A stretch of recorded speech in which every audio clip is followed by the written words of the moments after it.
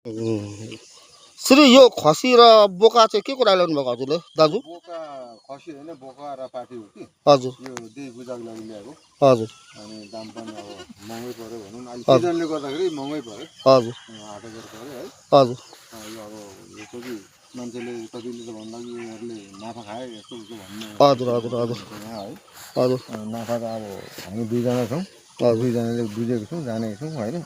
फेरि त्यो मात्रै नभएर त्यो जुन चाहिँ दिने मान्छेलाई पनि हामी खुदै उनीहरूको अगाडि सामेल गराउन सक्छौँ होइन। उसले अब 8,000 लिएकै हो होइन, त्यो त अब तपाईँको कुरा ठिक हो। त्यो कमिसन खाने कुरा त अब कसैले खाँदैन पूजाको टाइममा होइन, त्यो मान्छेको भन्ने कुरा त। दाजु पूजा चाहिँ कहिले यता हेरेर भन्नुहोस्? 7 तारिक हो। 7 तारिक तयार गर्नुभएको अहिले नि? हो नि।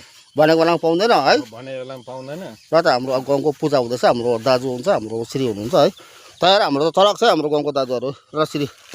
पहिले नि खोजसाज पारेर रेडी छ। ल त तपाईँहरूलाई शुभकामना छ है।